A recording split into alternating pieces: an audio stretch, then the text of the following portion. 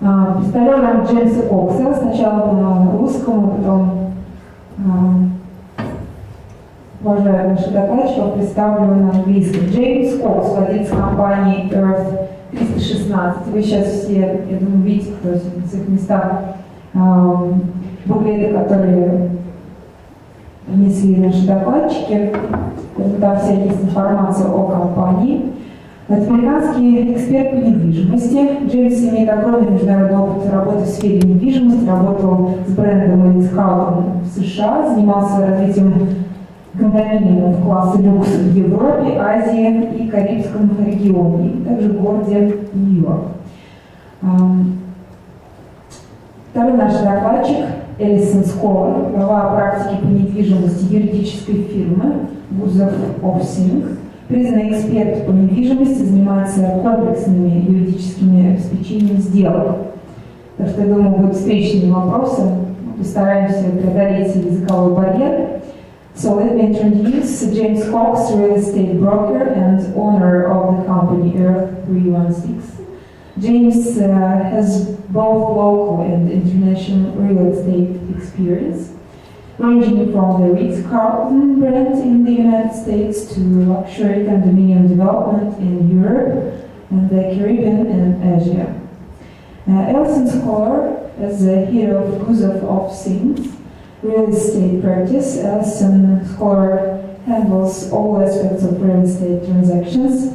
She represents individuals as well as business and banks in a wide variety of real estate and corporate transactions, including the sale and the acquisition of New York residential real estate, commercial financing, commercial leasing, and preparing and filing offerings plans.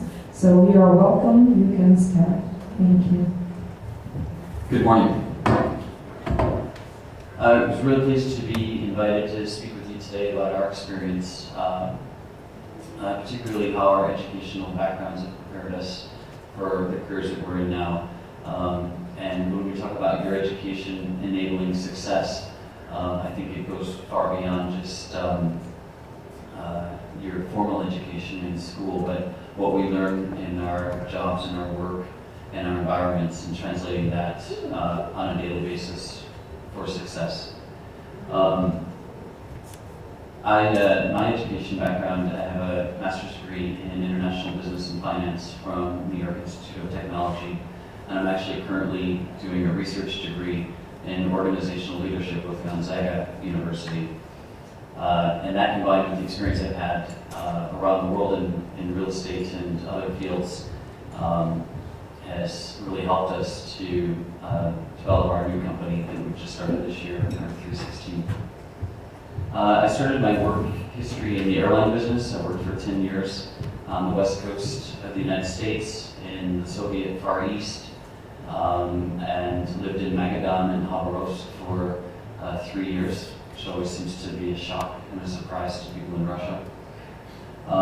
After I left the airline industry, I began working in hospitality. I was in the operations side of hotel business for several years, and then transitioned into the development side. And then one day, luxury real estate developers decided that it was a smart idea to put residences on top of hotels to help fund the development of the hotels, and that's how I sort of drifted into the real estate business.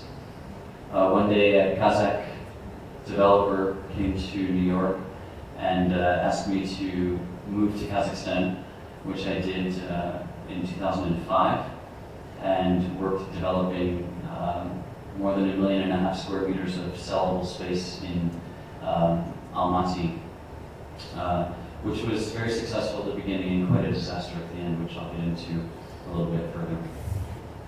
I was asked today to speak on a couple of specific topics. One of them is the worldwide trends in real estate and how the crisis has changed the luxury market. The crisis, really we felt it initially for the first time in August of 2007 in Almaty. And I remember the meeting very clearly where I got the sense of doom. And 3 months following that, it became quite clear that it wasn't a false alarm, it was quite serious. And that 1.5 million square meters of space that we were developing came to a screeching halt. Virtual standstill, actually. And in these markets where I was in Kazakhstan, Ukraine, even Turkey, it hasn't recovered to this day. There was a massive inventory of stalled projects in the real estate and luxury real estate market worldwide. And this issue is causing there to be very little housing starts in this market around the world at the moment. People are no longer buying off plan. When you buy off plan, that means the developer develops a project. It may or may not have even started construction, but they hire a very slick marketing firm to create beautiful renderings and floor plans and create a huge amount of excitement around the project. And people like me get you to put your money up front to buy such projects.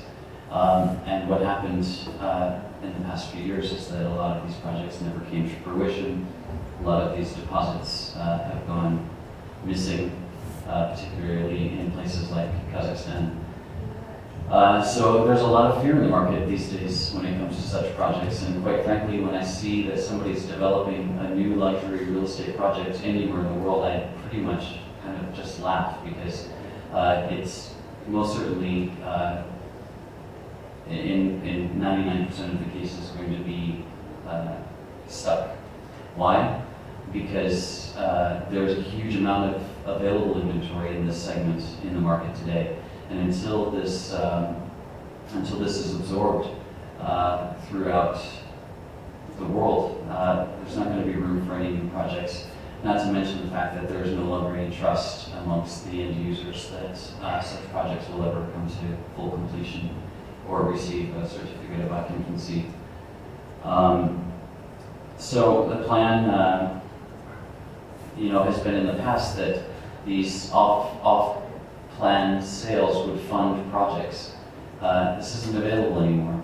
And so if a developer wants to start a new luxury development, they're going to have to be fully capitalized up front.